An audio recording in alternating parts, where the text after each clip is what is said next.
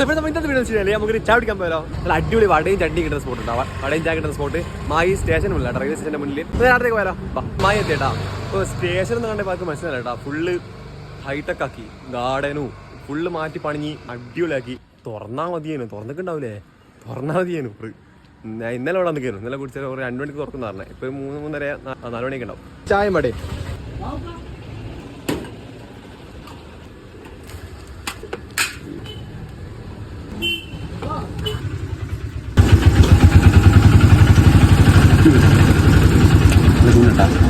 ശരിയായ ഒഴിക്കോടെ ഇട്ടത്, ശരിയായ സാധനം. ചായ കിട്ടില്ല. നല്ലൊരു മരം ഉണ്ട് ഇരിക്കാൻ, ചവിടിക്കാൻ. ഒരു വിന്റേജ് വരും.